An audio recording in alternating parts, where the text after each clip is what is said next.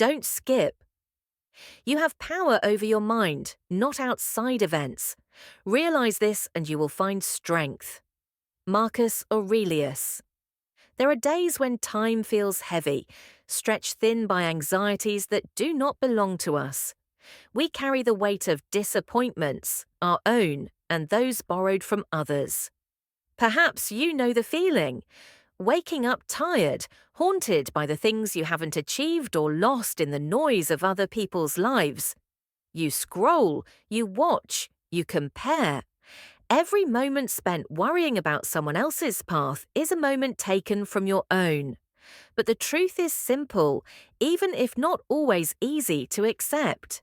Your time is your most precious asset. 24 hours. That's all you get every day, a small priceless fortune. How you spend those hours determines who you become. The Stoics remind us that peace is not found by trying to control everything outside us, but by learning to master our own thoughts and responses. You cannot change the world, but you can change how you meet it. This is not about indifference, but about courage, about daring to turn inward to focus on what you can truly build yourself. Ahead, I'll share 5 Stoic principles that can help you reclaim your time and your life starting from within. Embracing progress over perfection. Principle number 1, embracing progress over perfection. You've been here before. The screen glows in the half dark. A long list of unfinished work blinks back. Maybe it's midnight. Maybe it's early morning. The world is quiet, but your mind isn't. Somewhere inside, a voice whispers, "You should have done better." This isn't enough. You're not enough. The pressure isn't loud, it's quiet, like the steady drip of a leaking faucet, wearing you down one drop at a time. This is the trap of perfection. It's not just about wanting good work or high standards. It's about chasing a moving target you never set for yourself, but somehow ended up pursuing, often without realizing it. Perfection is a thief. It steals your present moment. It makes you believe that only flawless results matter, that every mistake is a verdict on your worth. And so you freeze. You hesitate to start something new because what if it isn't perfect? You keep polishing what's already there, hoping to erase every flaw. But the flaws never really go away. The cycle repeats. Most people don't talk about this. They keep it beneath the surface, letting it gnaw quietly at confidence and joy. You look around and assume everyone else has it together, that their lives are a series of neat lines and sharp decisions, that they move from win to win. The truth is, nearly everyone is fighting the same private war against not enough. So what if the real problem isn't the unfinished work or the missed target or what someone else thinks of you? What if the real trap is the way you measure yourself in the first place?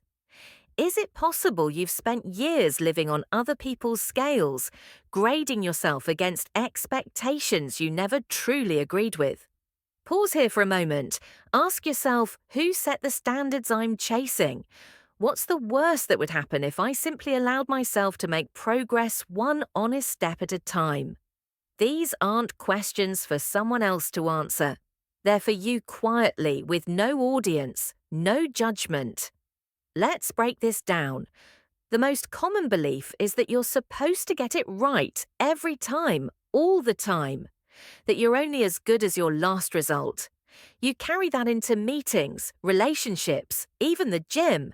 It's a lie, but it's persuasive because the world rewards perfect moments and hides the mess behind them. It's easy to forget.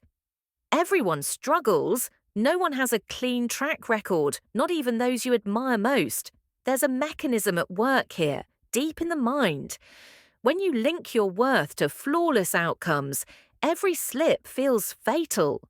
You become afraid to try, to risk, to grow.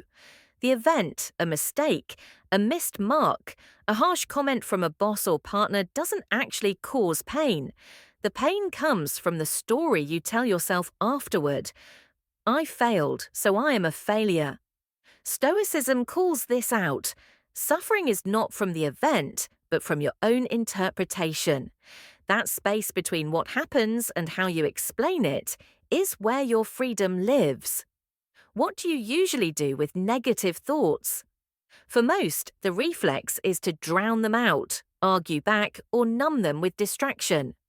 But there's another way. Let there be a pause. Not suppression, not avoidance. Just a clear moment where you see the thought. Label it for what it is, an opinion, not a fact, and let it pass. In that pause, strength is rebuilt.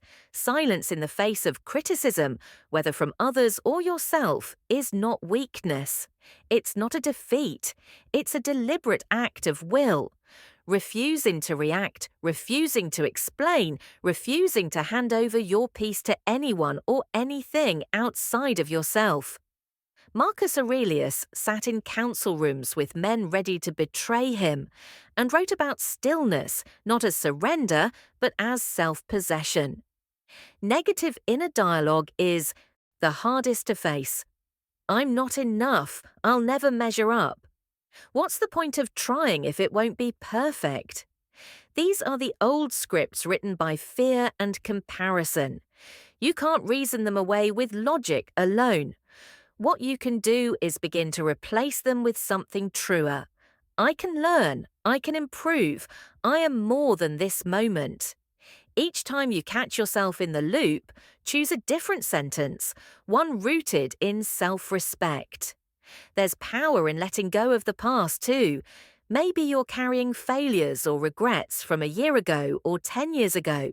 Maybe you're angry at yourself for something you said or something you didn't do. The Stoics did not dwell on the unchangeable. They saw forgiveness of others and themselves as an act of freedom. When you let go, you're not erasing the past. You're freeing up space for something new to grow.